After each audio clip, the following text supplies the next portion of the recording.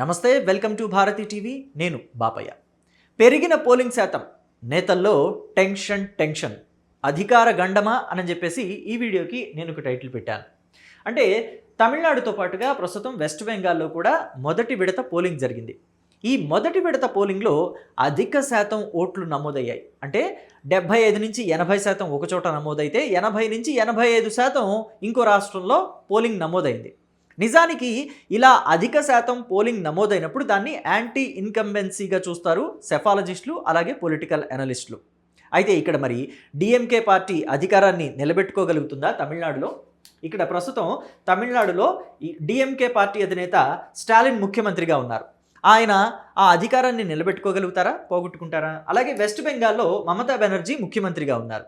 ఆవిడికి అధికారం ఉంటుందా, దూరం అవుతుందా? అంటే అన్ని సందర్భాల్లోనూ అధిక పోలింగ్ నమోదైతే ప్రతిపక్షాలకి లాభం చేకూరుస్తుంది అని చెప్పేసి కొంతమంది చెప్తున్నారు సెఫాలజిస్టులు. అంటే బెంగాల్లో బీజేపీ అధికారంలోకి వస్తుందా?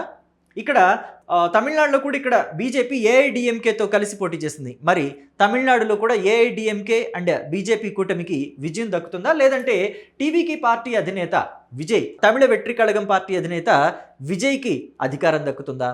ఏం జరగబోతోంది అసలు ఈ రెండు రాష్ట్రాల్లో? సో అయితే ఇలా అధిక పోలింగ్ శాతం నమోదైనప్పుడు అది ఆల్వేస్ అధికార పార్టీకి గండం అని కూడా చెప్పుకోలేం. కొన్ని సందర్భాల్లో ప్రతిపక్ష పార్టీలకి కంగు తినే రిజల్ట్ కూడా రావచ్చు. అధికార పార్టీకే మళ్ళీ ప్రజలు అధికారాన్ని కట్టబెట్టొచ్చు. అలాంటి సందర్భాలు కూడా గతంలో జరిగాయి. వాటిని మీ ముందుకు తీసుకొచ్చే ప్రయత్నం చేస్తాను ఈ వీడియోలో. అయితే ఇక్కడ మనం ఒక విషయం గుర్తుపెట్టుకోవాలి. కోడి గుడ్డు పెట్టిందనుకోండి, ఆ గుడ్డులో ఆడ కోడి పిల్లుందా, మగ కోడి పిల్లుందా అని చెప్పే టెక్నాలజీ కూడా వచ్చింది. కానీ ఓటు వేయడానికి పోలింగ్ బూత్కు వెళ్ళిన తర్వాత ఏ పార్టీకి ఓటేశాడు అని చెప్పేసి ఓటరు నాడి పట్టుకుని అప్పుడే చెప్పడం మాత్రం చాలా కష్టం. సో ఏం జరగబోతోంది, ఏం జరిగింది అనేది తెలియాలంటే ఖచ్చితంగా రిజల్ట్ వచ్చే వరకు వెయిట్ చేయాల్సిందే. అందుకని ఇలాంటి సందర్భాల్లో అన్నిసార్లు మనం ఎక్స్పెక్ట్ చేసింది జరగదు అని చెప్పడానికి ఈ వీడియో చేస్తున్నాను. అయితే గతంలో ఏం జరిగింది అనేది ఒక్కసారి చూద్దాం. ఇదిగోండి, 2021లో కూడా బెంగాల్లో ఎలక్షన్ జరిగింది కదా. అప్పుడు 80% పోలింగ్ శాతం నమోదైంది. కానీ మమతా బెనర్జీ మూడోసారి ముఖ్యమంత్రి అయ్యారు. హ్యాట్రిక్ కొట్టింది అప్పుడు మమతా బెనర్జీ. పైగా వీల్ చైర్ నుంచి సీఎం చైర్కు వెళ్ళింది. అప్పుడు ఆవిడకి కాలుకు దెబ్బ తగిలింది కదా. ఎలక్షన్ స్ట్రాటజిస్ట్ ప్రశాంత్ కిషోర్ ఆవిడకి అప్పుడు స్ట్రాటజిస్ట్గా పనిచేశారు. సో ఆయన వ్యూహాలో మరి ఏదన్నా కానీ మూడోసారి ముఖ్యమంత్రి అయింది. ఇక కేరళలో 2021లో చూస్తే 74% ఓట్లు నమోదయ్యాయి. పైగా 40 ఏళ్ల చరిత్రని తిరగరాశాడు పినరై విజయన్. ఆయన ఎల్డీఎఫ్ కూటమి ఉంటుంది కదా, దాని నుంచి పోటీ చేశారు. మళ్ళీ ఆయనే ముఖ్యమంత్రి అయ్యారు. కేరళలో ఏంటంటే యూడిఎఫ్, ఎల్డీఎఫ్ పోటీ చేస్తూ ఉంటాయి. ఒకసారి వీళ్ళు అధికారాన్ని తీసుకుంటే ఇంకొకసారి వాళ్ళు అధికారాన్ని తీసుకుంటారు. కానీ 40 ఏళ్ల తర్వాత ఎల్డీఎఫ్ మళ్ళీ అధికారంలోకి వచ్చింది. పినరై విజయన్ మళ్ళీ ముఖ్యమంత్రి అయ్యారు.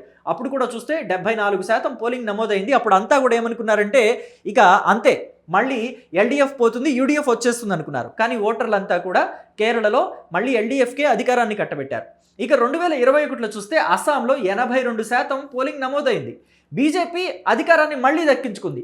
హిమంత బిశ్వా శర్మ మళ్ళీ ముఖ్యమంత్రిగా అయ్యారు. మరి నిజానికి 82% అంటే మామూలు పోలింగ్ శాతం కాదు కదా, భారీ స్థాయి పోలింగ్ జరిగింది. అంటే ఎండని కూడా లెక్క చేయకుండా ఓటర్లు బారులు తీరి మరి పోలింగ్ బూతుల దగ్గర బారులు తీరి మరి వాళ్ళ ఓటు హక్కుని వినియోగించుకున్నారు. అంటే ప్రభుత్వం మీద కక్ష కట్టారనుకోవాలా? లేదు కదా. వాళ్ళు ప్రభుత్వంతో ఇంకా అటాచ్ అయ్యి ఉన్నారని కూడా భావించవచ్చు.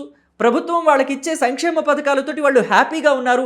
మళ్ళీ ఇదే ప్రభుత్వం రావాలని వాళ్ళు కోరుకున్నారు అని కూడా అనుకోవచ్చు కదా. ఈ సిచ్యువేషన్స్ అన్ని చూస్తే నాకు అలాగే కనిపిస్తుంది. ఇక 2023లో జరిగిన ఎలక్షన్ గురించి మాట్లాడుకోవాలి. మధ్యప్రదేశ్లో జరిగింది. అప్పుడు కూడా మధ్యప్రదేశ్లో 76.22% పోలింగ్ నమోదైంది. మళ్ళీ మధ్యప్రదేశ్లో బీజేపీ ప్రభుత్వమే అధికారంలోకి వచ్చింది.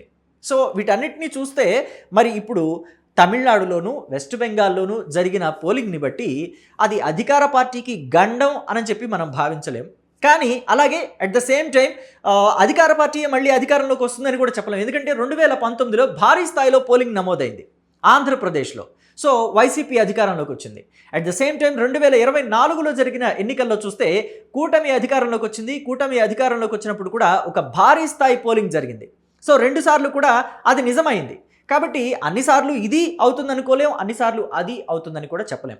సో ఇక్కడ చూస్తే ప్రస్తుతం ఇవాళ అంటే ఈ 2026లో జరిగిన ఎలక్షన్స్లో, నిన్న జరిగిన ఎలక్షన్లో చూస్తే మొదటి విడత పోలింగ్లో చూస్తే బెంగాల్లో 294 సీట్లకి ఎన్నికలు జరుగుతుండగా మొదటి విడత పోలింగ్లో 80 నుంచి 85% ఓటింగ్ నమోదైంది తాజాగా. ఇక తమిళనాడులో చూస్తే 234 సీట్లకి ఎలక్షన్లు జరుగుతున్నాయి. మొదటి విడత పోలింగ్లో 75 నుంచి 80% పోలింగ్ నమోదైంది. ఇక అస్సాంలో చూస్తే 126 సీట్లకి ఎన్నికలు జరుగుతుంటే 80 నుంచి 85% పోలింగ్ నమోదైంది. కేరళలో 140 సీట్లకి ఎన్నికలు జరుగుతుంటే 79.63% పోలింగ్ నమోదైంది.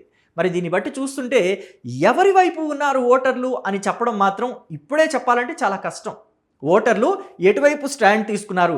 అధికార పార్టీకి మరోసారి అధికారాన్ని కట్టబెడతారా, లేకపోతే అధికార పార్టీని తీసి పక్కన పెట్టేసి ప్రతిపక్షానికో లేదా కొత్తగా వచ్చిన పార్టీలకు అధికారం కట్టబెడతారా అంటే ఇప్పుడే చెప్పడం కష్టమని నాకు అనిపిస్తుంది.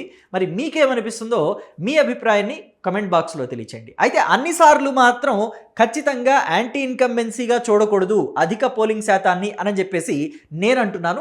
మరి దాని మీద మీ అభిప్రాయం కూడా కమెంట్ బాక్స్లో తెలియచేయండి.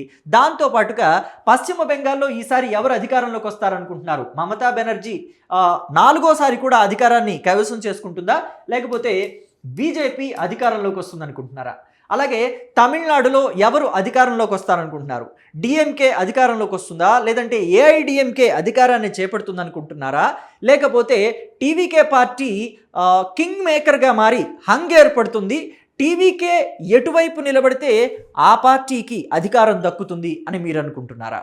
మీ అభిప్రాయాన్ని కమెంట్ బాక్స్లో తెలియచేయండి. Thank you.